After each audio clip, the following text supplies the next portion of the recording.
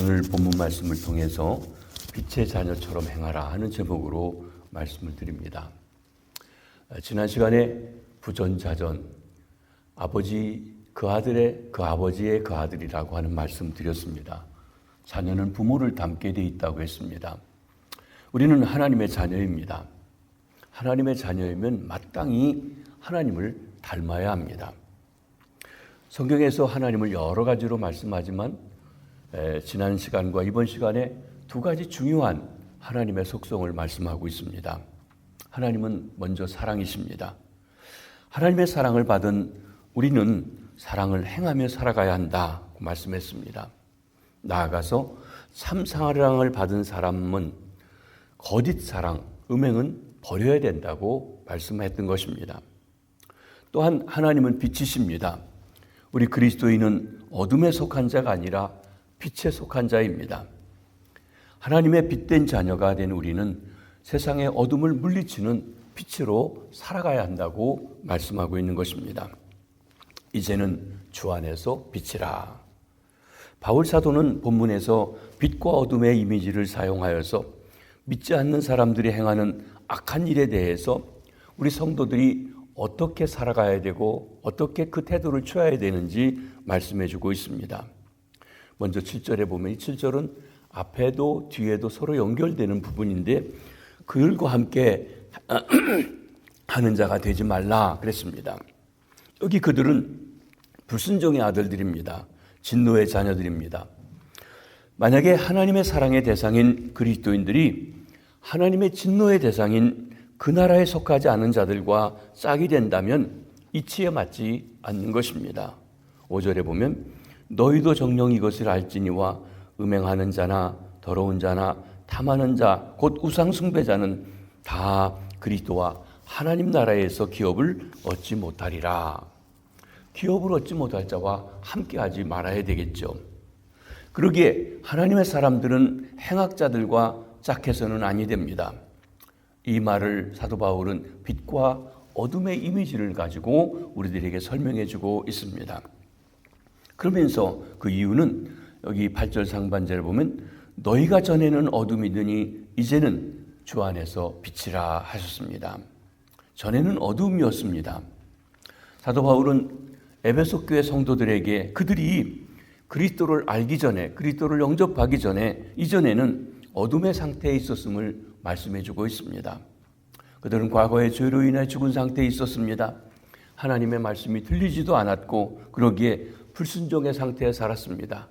자기 욕심대로 정욕을 따라 살았습니다. 세상을 따라 살았습니다. 마귀를 따라 살았습니다. 그래서 그리스도와 하나님 나라를 기업으로 받을 수 없는 행악자들과 똑같은 삶을 살았었던 것입니다. 어둠에 속했었습니다. 그러나 이제는 주 안에서 빛입니다. 다시 말하면 예수 그리스도를 구주로 믿어 주 안에 있는 자는 빛 가운데 있게 되었습니다. 왜 그렇습니까? 여러분, 우리의 신앙의 대상, 우리의 아버지가 생명을 주신 아버지인 하나님께서 빛이시기 때문에 그렇습니다. 요한일서 1장 5절입니다. 우리가 그에게서 듣고 너에게 전한 소식은 이것이니 곧 하나님은 빛이시라. 그에게는 어둠이 조금도 없으시다는 것이니라. 여러분, 또한 하나님의 아들 독생자, 우리의 중보자, 우리의 구원자 되신 예수님고 빛이라고 하셨습니다. 요한복음 1장 4절 5절입니다. 그 안에 생명이 있었으니 이 생명은 사람들의 빛이라. 빛이 어둠에 비치되 이 어둠이 깨닫지 못하더라. 참빛 곧 세상에 와서 각 사람에게 비추는 빛이 있었더니 바로 그분이 그리스도십니다. 그러기에 빛 대신 예수 그리스도를 믿고 하나님의 자녀가 된 우리들도 또한 빛이라고 하셨습니다. 예수님께서 그 제자들에게 너희는 세상의 빛이라고 하셨죠. 우리가 잘 아는 말씀입니다. 너희는 세상의 빛이라. 산 위에 있는 동네가 숨기지 못할 것이요 이같이 너의 빛이 사람 앞에 비치게 하여 너의 착한 행실을 보고 하늘에 계신 너의 아버지께 영광을 돌리게 하라. 그러면서 우리가 빛의 자녀이기 때문에 빛의 자녀처럼 행하라고 권면하고 계신 것입니다. 우리는 빛의 자녀라고 하는 새로운 신분, 그에 합당한 삶을 요청받고 있습니다.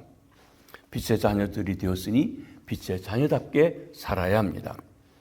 우리가 빛에 대해서 잘 알지만 빛의 속성은 어떤 것이 있습니까? 여러 가지 있지만 중요한 것 몇 가지만 말씀드립니다. 첫째, 빛은 어둠을 밝힙니다. 새벽에 우리 목사님 네 분이 와서 불을 켜서 밝혀놨습니다. 그러니까 우리는 밝은 가운데 들어왔습니다. 그런데 처음에 들어올 때 빛이 없어 깜깜할 때 우리가 어떻습니까? 어둠 속에서는 더듬적거리게 되십니다. 여기 자주 다녀서 길이 있다는 걸 알아요. 그런데도 길이 잘 보이지 않게 됩니다. 아무리 익숙한 길도 어두운 밤에는 빛을 밝히지 않고서는 바로 갈 수가 없습니다. 여러분 집에서 화장실 갈 때 그렇죠? 종종 이상한 물건에 툭 부딪히기도 합니다. 뜻밖에도 어두운 말이죠. 그래서 밤에도 약간 뭔가가 보이게 해놓고서 다닙니다. 흑암 속에 방황하는 이들에게 빛은 갈 길을 보여줍니다. 빛 대신 주님이 오시기까지 사람들은 죄악 속에서 번창했습니다. 어둠 속에서 헤맸습니다. 사실은 무엇이 옳고 무엇이 그런지, 어디로 가는 것이 맞는지, 어떤 게 가치 있는 것인지 알지 못했습니다. 우리도 그랬습니다. 우리가 그리스도를 알기 전에 열심히 산다고 살았습니다. 그런데 빛 가운데 들어와 보니까 밝혀놓고 보니까 거기서 헛바퀴만 뺑뺑뺑뺑 돌고 바른 목표를 가지고 살지 못했던 것입니다. 죄악 속에서 잠시의 쾌락만 추구한 것이었습니다. 빛 대신 우리 주님께서 그러기에 우리에게 말씀하십니다. 예수께서 또 말씀하여 이르시되 나는 세상의 빛이니 나를 따르는 자는 어둠에 다니지 아니하고 생명의 빛을 얻으리라. 빛으로 오신 예수님, 우리 인생의 갈 길을 보여주십니다. 천성을 향해 가는 길입니다. 하나님께 나아가는 길입니다. 영혼을 향해 나아가는 길입니다. 그 길은 예수님 자신이 길이기도 합니다. 내가 곧 길이요 말씀하십니다. 두 번째로 빛은 비치게 되면 어둠을 밝혀서 가치를 드러내주는 역할을 합니다. 색깔을 드러냅니다. 여러분 깜깜해지면, 빛이 없어지면 모든 가치와 색깔을 다 삼켜버리게 됩니다. 어둠 속에서는 빨간색이든 노란색이든 흰색이든 구별이 되지 않습니다. 여러분 여기 들어오게 되면 처음에 빛이 없을 때는 우리 의자의 색깔도 벽의 색깔도 구분 없이 다 그냥 드러나지 않게 된다는 것입니다. 어둠 속에서는 가치 있는 것도 소용이 없습니다. 여러분 아무것도 보이지 않는 곳에서 돌덩이, 쇳덩이, 금덩이가 있습니다. 무거운 어떤 것들이 있습니다. 가치를 발견할 수가 없다는 거예요. 보석을 주렁주렁 달고 있어도 그게 보석인지 무엇인지 구별이 되어지지 않습니다. 가치를 할 수가 없다는 것입니다. 그런데 빛이 비추면 색깔이 드러납니다. 이게 금이구나, 이게 쇠구나, 이게 돌이구나, 이게 나무구나 하는 것이 구별이 되어진다는 것입니다. 인생들이 하나님 없이 살 때, 참 빛이 없이 살아갈 때 가치 있는 일이라고 힘써하고 몸부림치며 살아가지만 실상은 자기 명예와 정욕과 탐욕을 위해 살아가는 것뿐입니다. 방탕과 방종은 어둠의 일입니다. 그러나 빛 대신 주님 앞에 나올 때 하나님 앞에서 우리 자신의 존귀함을 알게 되는 것입니다. 어떤 것이 귀하고 어떤 것이 값진 것인지 알게 된다는 것입니다. 그리하여서 먼저 그 나라 그 의를 구하며 살게 됩니다. 빛은 어둠을 비춥니다. 어둠을 밝혀줍니다. 빛이 가치를, 색깔을 드러내준다고 했습니다. 빛은 따뜻합니다. 빛이 없을 때 우리가 춥죠. 그리고 이 따뜻함과 빛 속에서 생명이 자라갑니다. 어둠 속에는 생명이 자라갈 수가 없습니다. 저 텍사스인가요? 아주 큰 동굴이 있는데 거기 가면 생물이 살아가지 못합니다. 빛이 들어오지 않기 때문에 그렇습니다. 빛이 들어드는 겨울이 되면 풍성한 생명력을 자랑하던 나무들이 점점 움츠러듭니다. 왜냐하면 적은 양의 빛에 합당한 그 생명을 가지려고 적응해가는 것이죠. 그러나 빛이 풍성하게 비치는 여름이 되면 풍성한 생명력으로 쑥쑥 자라가고 녹음이 우거져 가게 되는 것을 봅니다. 빛이 있어야 생명이 있습니다. 빛 대신 우리 주님 예수 그리스도께서는 우리에게 생명 주시기 위해서 오셨습니다. 빛 대신 주님이 곧 생명이십니다. 그 생명이 사람들의 빛이라고 말씀하고 있는 것입니다. 그 생명의 빛을 모시면, 그 생명의 빛을 영접하면 우리가 하나님의 자녀가 됩니다. 하나님의 생명, 영생, 하나님을 아버지라고 부르게 되는 것입니다. 예수님은 생명의 빛으로 이 땅에 오셨습니다. 생명의 빛이 닿는 곳에 능력이 임합니다. 상한 심령이 치유되고 죄악의 쓴 뿌리가 뽑혀지게 되고 사망의 권세가 물러가고 그리고 무릎을 꿇게 됩니다. 생명의 빛이 임하는 곳마다 하나님 나라가 임합니다. 그러기에 빛 가운데 있다는 것은 하나님의 생명력 가운데 있다는 것과 같은 말씀인 것입니다. 그러면 빛 가운데 있으면 어떤 열매를 맺습니까? 어떤 삶의 변화를 가져옵니까? 빛의 열매란 주 안에서 빛된 성도들의 삶에서 구체적으로 나타나야 할 행동이라고 말씀하셨습니다. 너희는 세상의 빛이니 하시면서 빛을 비추라고 하시는데 뭐라고 했습니까? 너의 착한 행실이라고 했어요. 빛. 내가 주님을 닮은 삶의 변화, 삶으로 나타나는 것이 빛이라고 말씀하신 것입니다. 오늘 본문 9절에도 빛의 열매는 모든 착함과 의로움과 진실함에 있느니라. 하나님의 성품을 닮은 행동, 삶이 곧 빛이라고 말씀하십니다. 주 안에 생명을 가진 자는 주님의 인격을 담습니다. 여기 착함, 다른 사람을 향해 어질고 관대한 행실입니다. 하나님이 우리에게 관대하게 대해 주신 것처럼 그 성품을 갖는 거죠. 의로움, righteousness, 하나님께서 창조하신 새 사람의 성품입니다. 하나님의 성품이죠. 의로우신 하나님. 하나님께서 믿는 성도들에게 의를 주셨다고 그랬습니다. 하나님 관계를 회복하고 하나님과 관계에 나갈 때 점점 관계만 아니라 실제적인 의로움을 가지고 살아갑니다. 이것이 본문에서는 거짓 없는 진실한 사랑의 행동이라고 말씀했습니다. 그러므로 빛의 자녀된 성도들은 성령님의 능력을 통해서 선함과 의로움과 진실함의 열매를 맺는다 그랬습니다. 여기 이 세 가지, 선하고 의롭고 진실하다, 이게 세상에서 어둠 가운데 있는 자기 마음대로 살아가는 사람들에게 보여줘야 할 하나님의 백성들의 삶의 내용이라고 합니다. 선하다, 의롭다, 진실하다. 그때 우리가 주님을 기쁘시게 할 수 있습니다. 10절입니다. 주를 기쁘시게 할 것이 무엇인가 시험하여 보라. 빛의 열매를 맺으려면 주님을 기쁘시게 해드릴 것이 무엇인지 시험해 봐야 합니다. 무슨 일을 하든지 그리스도인에게 가장 중요한 기준이 있다면 이것이 주님께 영광이 되는지, 우리 주님께서 기뻐하실 일인지 봐야 된다는 거예요. 내게 이익이 되느냐가 기준이 아니라 주님의 영광이 되는지, 또 사람들이 보기에 아무리 좋은 것이라도 주님을 기쁘시게 할 수 있는 것이 아니라고 하면 하지 말아야 된다고 했습니다. 여기 시험해 보라고 하는 것은 분별하라고 하는 말씀이죠. 우리는 하나님의 선하시고 기뻐하시고 온전하신 뜻이 무엇인지를 분별할 수 있어야 됩니다. 이렇게 분별할 수 있는 것, 성령님의 도우심과 능력과 역사 속에 가능한 일입니다. 주님을 기쁘시게 해드릴 것이 무엇인지 시험해 보려면, 분별하려면 무엇보다 우리 마음이 성령으로 새로워져야 합니다. 사람은 언제나 자기중심적으로 생각하고 자기중심적으로 행동하며 자기 유익이나 기쁨을 먼저 고려합니다. 그러나 구원받은 성도들은 매 순간 성령님이 마음에 새롭게 해주심으로 자기중심적인 성향과 욕심에서 떠나갈 수 있습니다. 그러기에 우리는 순간순간 성령님을 의지하고 살아가야 합니다. 또한 주님을 기쁘시게 해드리는 것이 무엇인지 분별하려면 복음의 진리와 사도들의 교훈에 대해서 바른 지식을 가지고 있어야 합니다. 성령을 통해 새로워진 마음으로 복음의 진리를 기준으로 사용할 때 그리스도인들은 자신이 직면해 있는 상황에서 진정 주님이 기뻐하시는 것이 무엇인가, 주님께 영광 돌릴 수 있는 것이 무엇인가 분별할 수가 있게 되는 것입니다. 그리하여 성령님을 의지해 살아갈 때 선한 것, 의로운 것, 신실함의 열매를 맺으며 살아갈 수가 있게 되어지는 것입니다.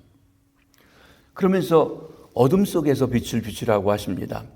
빛의 자녀들이 맺어야 할 열매를 언급한 뒤에 바울 사도가 여기 11절에 말씀하십니다. 열매 없는 어둠의 일에 참여하지 말고 도리어 책망하라. 열매 없는 어둠의 일에 참여하지 말라. 열매 없는 어둠의 일, 빛의 열매들과 반대가 되는, 대조가 되는 말씀입니다. 이것은 믿지 않는 이방인들의 더럽고 부끄러운 행동, 자기 욕심을 따라 살아가는 삶을 말합니다. 그 행동은 은밀히 행하는 것입니다. 어둠 속에서 행하는 심히 수치스럽고 혐오스러운 것입니다. 어떤 것들은 말하기도 부끄럽습니다. 성도들은 빛의 자녀이므로 열매 없는 어둠의 일에는 참여하지 말아야 된다고 했습니다. 더 나아가 적극적으로 그런 일들을 폭로하라, 책망하라, 드러내라 하고 말씀하십니다. 여기 11절 말씀입니다.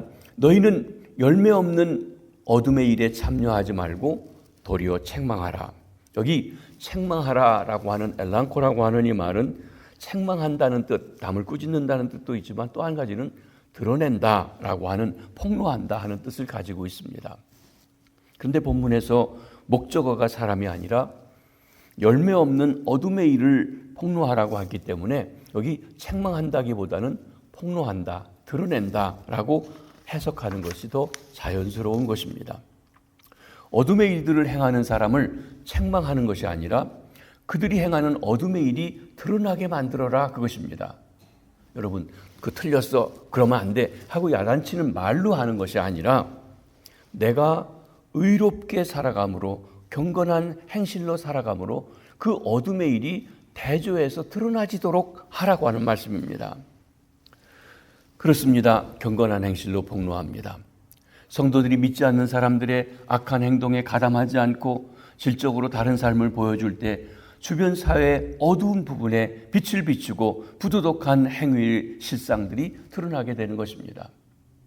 거짓을 행하는 사람 앞에 진실하게 행하는 사람이 있으면 그것이 거짓되다는 것이 자연스럽게 드러나지는 것이죠. 예수님께서 제자들에게 말씀하십니다. 이같이 너의 빛을 사람 앞에 비치게 하여 그들로 너의 착한 행실을 보고 하늘에 계신 너의 아버지께 영광을 돌리게 하라. 여러분, 우리 성도들이 믿음으로 구원받지만 내가 믿음으로 구원받았다고 하며 행실이 세상 사람과 다를 바 없고 더 못되고 하면 구원받았는지는 모르지만 빛이 되지 못합니다. 영광이 되지 못합니다. 너의 착한 행실이 곧 빛이라고 말씀하시는 것입니다. 베드로 사도도 성도들에게 권면합니다. 베드로전서 2장 12절입니다. 너희가 이방인 중에서 행실을 선하게 가져 너희를 악하게 한다고 비방하는 자들로 하여금 너의 선한 일을 보고 오시는 날에 하나님께 영광을 돌리게 하려 함이라. 그렇습니다. 구원받은 성도들의 선한 행실이 어두운 세상에서 빛의 역할을 감당하는 것입니다. 뿐만 아니라 사람들을 변화시키고 나아가는 일이 됩니다. 우리는 참 그리스도인다운 선한 삶을 살아가는 사람을 만날 때 우리 삶이 바뀌어지게 되고 관심합니다. 거꾸로 그리스도인이라고 하면서 직분 맡은 사람이라고 하면서 자기 욕심에 취해 살아가는 사람을 보고 세상 사람과 다를 바 없는 사람들을 만나게 될 때 믿고 있던 사람들도 행실을 통해서 오히려 실망하고 떠나가는 일도 있다고 하는 것입니다. 거룩해져야 합니다. 그런데 우리가 삶만 살아가면서 복음의 진리는 전해주지 않아도 되는가? 그렇지 않습니다. 복음의 진리를 말해주어서 그들의 잘못이 무엇인지를 스스로 깨달을 수 있도록 해줘야 합니다. 그들의 더러운 행실을 지적하는 일을 하되 도덕적인 우월감에서 해서는 아니 됩니다. 겸손과 자비로운 마음으로 해야 합니다. 성도들이 이렇게 하려면 먼저 복음의 진리를 따라 빛의 열매를 맺는 삶을 살아가야 합니다. 그때 세상 사람들의 악한 행실이 드러나고 폭로되어서 설득력을 가질 수가 있는 것입니다. 그러나 무엇보다도 성령께서 성도들과 함께 역사하셔야 됩니다. 성도들이 복음의 진리를 통해 믿지 않는 사람들의 부끄러운 죄를 지적하고 폭로할 때 성령께서 역사하시면 듣는 사람이 죄의 추악한 모습을 깨닫고 주께 돌아와 주 안에서 빛이 되는 놀라운 일이 일어날 것입니다. 제가 중학교 2학년 때 은혜를 받았다 쓸 때의 생각을 하면 그냥 집회에 참석해서 목사님 말씀하시는데 내 모든 잘못된 것, 더러운 것, 죄된 것에 대한 것을 하나하나 얘기하시고 부끄럽고 또 그것이 회개하고 하는 일들을 경험합니다. 성령께서 역사해 주시는 그런 일들이라고 하는 것입니다. 그러기 바울 사도는 마지막으로 죄의 잠에서 깨어나 일어나라고 말씀하고 있습니다. 14절입니다. 그러므로 이르기를 잠자는 자여 깨어서 죽은 자들 가운데서 일어나라. 그리스도께서 너에게 비추시느니라 하셨느니라. 여기 잠, 죽음, 이미지는 그리스도를 믿기 전에 우리의 상태를 말씀해 줍니다. 영적으로 죽은 상태입니다. 깨어라, 일어나라. 이것은 영적으로 죽은 자들을 죄와 죽음의 자리에서 벗어나 생명의 자리로 나오라고 하는 것입니다. 빛 대신 그리스도께서 그들에게 생명의 빛을 비추어 주실 것이라고 약속하십니다. 오늘 본문에 나오는 이 말씀은 사도 바울 선생님께서 초대교회에 사용하고 있는 세례 찬송을 인용하고 있습니다. 잠자는 자여 깨어서 죽은 자들 가운데서 일어나라. 그리스도께서 너에게 비추시느니라 라고 하는 말씀을 찬양입니다. 그것을 인용해서 지금 그들이 다 알고 있는 찬송을 해서 권면해 주고 있는 것입니다. 여러분, 세례 때 부르는 찬송, 세례가 무엇입니까? 새로운 회심자가 예수 그리스도와 함께 죽고 예수 그리스도와 함께 다시 사는 것을 형상화해서 보여주는 것이 세례입니다.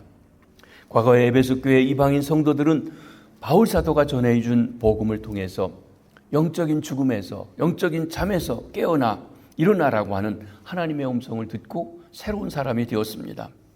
그들이 하나님의 음성을 듣고 죄와 죽음의 잠에서 깨어 일어났을 때 그들에게 빛을 받아서 주 안에서 빛이 되었던 것입니다.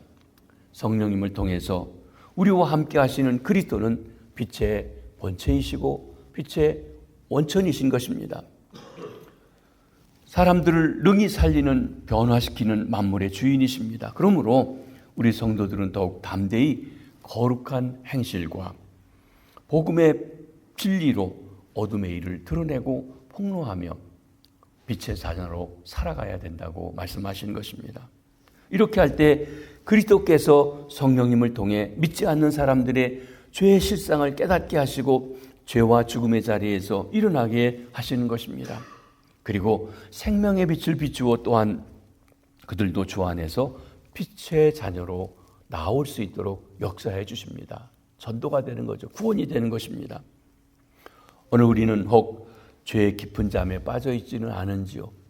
구원받았다고 하면서 우리 삶이 빛의 자녀와 같이 착한 행실로 우리 주변에 영향을 줄 수 있는 빛의 모습이 있는지요?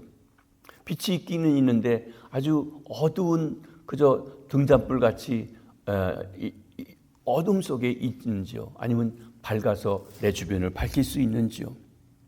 만물을 충만케 하시는 그리스도께서 우리에게 빛을 비추어 주십니다. 주님과 교제할 때 그 빛이 밝아지고 우리 삶이 변한다고 했습니다. 우리 시온 성결교회와 성도님들이 이 어두운 세상에서 하나님의 영광을 비추는 빛의 자녀들로 살아가시는 귀한 주의 백성들 되시길 주님의 이름으로 축복합니다. 기도하겠습니다. 주님, 감사합니다. 우리들에게 새로운 날을 주시고 어둠을 밝히는 태양이 떠오르면서 우리가 하나님이여 길을 밝히고 가치를 분별하며 하루하루를 살아가게 하셨습니다. 눈에 보이는 그 빛만 아니라 영원한 참 빛이신 주님이 우리에게 오셨으니 우리 인생의 진정한 갈 길이 어딘지 우리가 주님의 생명을 얻고 참 가치 있는 것이 어떤 것인지 깨닫고 주님 앞에 살아가게 해주시되 주님을 사모하며 살아가는 우리의 삶이 주 안에서 참 의롭고 거룩하고 진실되고 그래서 하나님이여 저희들의 변화된 삶을 통하여 어둠에 있는 사람들이 밝은 빛 속에서 진정한 가치와 길을 찾게 해주시고 생명을 얻게 해주시는 귀한 삶이 되게 도와주시옵소서. 우리 시온교회를 이곳에 세워주셨습니다. 빛이 되어서 등대가 되어서 하나님이 어둠에 있는 사람들에게 저들의 모습을 보고 빛 대신 주님 앞에 나오는 귀한 역할을 감당할 수 있게 도와주시고 우리 한 사람 한 사람이 주님의 빛으로 새로워져서 하나님이여 우리 가족을, 우리 이웃을, 우리 사회를 밝히는 아름다운 빛으로 살아가게 해 주시옵소서. 오늘도 새로운 날을 우리에게 주셨습니다. 일터로, 사업장으로, 직장으로 나아가 하나님 우리 속에 계신 빛 되신 주님이 우리 삶 속에서 자연스럽게, 우리의 말 속에서 자연스럽게 드러나고 나타내지고 역사할 수 있게 해 주시옵소서. 학교 가서 공부한 우리 자녀들 함께 해 주셔서 저들의 삶 속에 하나님의 역사하심을 만민이 알게 해 주시옵소서. 병상에 있는 환우들, 암과 투병하시는 분들, 연약함 속에서 하나님 치료받고 있는 이들, 어떤 질고와 연약함이든 능력의 주님, 나는 치료하는 여호와라 하신 주님께서 치료하시고 함께 해주셔서 하나님이 함께함을 체험하고 나아갈 수 있게 해주시옵소서. 오늘도 주 안에서 승리케 하옵소서. 지켜주시고 돌보아 주시고 주의 평강과 은혜로 충만케 하여 주시옵소서. 예수님의 이름으로 기도하옵나이다. 아멘. 자유로 기도하시겠습니다.